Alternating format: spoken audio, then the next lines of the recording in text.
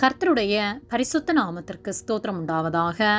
கர்த்தராகிய இயேசு கிறிஸ்துவின் நாமத்தில் உங்களுக்கு கிருபையும் சமாதானமும் உண்டாவதாக. இந்த நாளுக்குரிய தியானத்திற்கான தேவ வார்த்தை யோவான் அதிகாரம் 6 வசனம் 68. சீமோன் பேதுரு அவருக்கு பிரதியுத்தரமாக, ஆண்டவரே, யாரிடத்தில் போவோம்? நித்திய ஜீவ வசனங்கள் உம்மிடத்தில் உண்டே.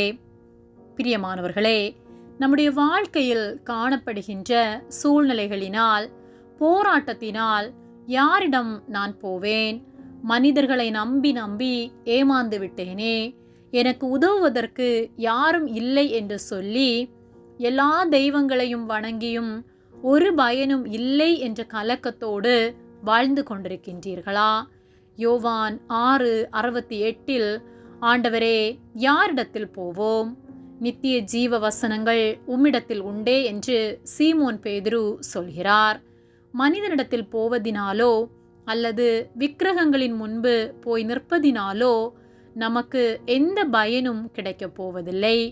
ஏனெனில் அவைகளுக்கு காதுகள் இருந்தும் கேட்காது, கண் இருந்தும் காணாது, மூக்கிருந்தும் முகராது, வாயிருந்தும் பேசாது என்று சங்கீதம் 136 16 17 வசனங்களில் அழகாக சொல்லப்பட்டுள்ளது. ஆனால் நாம் ஆராதிக்கிற தேவாதி தேவனோ ஜீவன் உள்ளவர். நமக்காக இந்த உலகத்தில் வந்து மரித்தார், அடக்கம் பண்ணப்பட்டார், மரணத்தை ஜெயித்து உயிரோடு எழுந்தார். அவர் இன்றும் என்றும் ஜீவிக்கிறவராய் நம் மத்தியில் இருக்கிறார். நம்முடைய சூழ்நிலை என்ன என்பது அவருக்கு தெரியும்.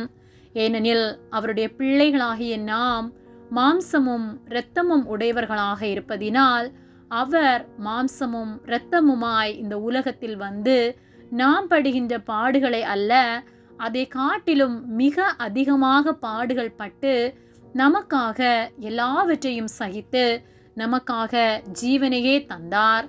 ஆகவே நம்முடைய சூழ்நிலைகள், நம்முடைய பிரச்சனைகள் எல்லாவற்றையும் அவரால் உணர்ந்து கொள்ள முடியும்.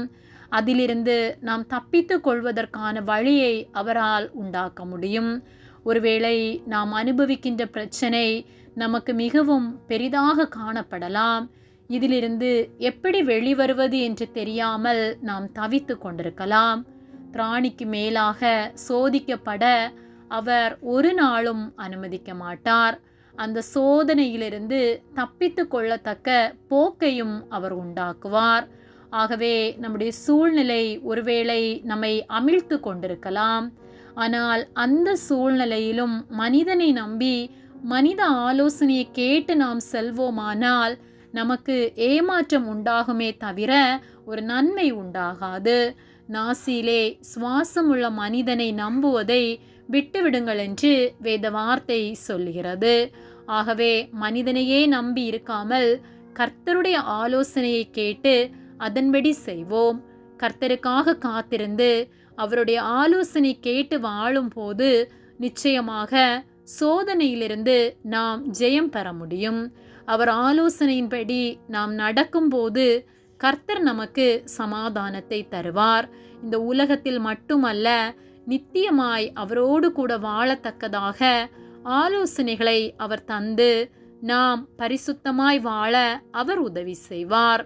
நித்திய ஜீவ வார்த்தைகளால் அவர் நம்மை திருப்தியாக்கி நித்திய வாழ்வை நாம் பெற்றுக்கொள்ள நமக்கு உதவி செய்வார்.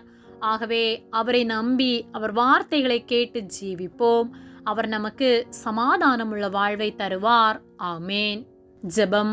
எங்களை அதிகமாக நேசிக்கிற எங்கள் அன்பின் பரலோக பிதாவே, இந்த நாளையும் நாங்கள் காணும்படியாக நீர் ஜீவனை தந்த அன்பிற்காக நன்றி செலுத்துகின்றோம். நாங்கள் தியானித்த வார்த்தையின்படியே நித்திய ஜீவ வசனங்கள் உம்மிடத்தில் மட்டுமே உண்டு என்பதை நாங்கள் உணர்ந்து எங்கள் கவலைகள் எல்லாவற்றையும் உம்மிடத்திலே செலுத்தி உம்முடைய வார்த்தைகளை கேட்டு அதன்படி வாழ, உம்முடைய வார்த்தையினால் திருப்தியாய் வாழ நீர் எங்களுக்கு உதவி செய்யும்படியாய் ஜெபிக்கின்றோம். உம்முடைய ஆலோசனையின்படி நீர் எங்களை நடத்துவதற்காக நன்றி செலுத்துகின்றோம். கவலையோடு இருக்கிற ஒவ்வொருவரையும் உம்முடைய வார்த்தையினால் தேற்றி விடுதலை கொடுக்கும்படியாய் ஜெபிக்கின்றோம். உதவி செய்கிற அன்பிற்காக நன்றி செலுத்துகின்றோம். இயேசுவின் நாமத்தில் ஜெபிக்கின்றோம் பிதாவே. ஆமேன். கர்த்தர் உங்களை ஆசீர்வதிப்பாராக.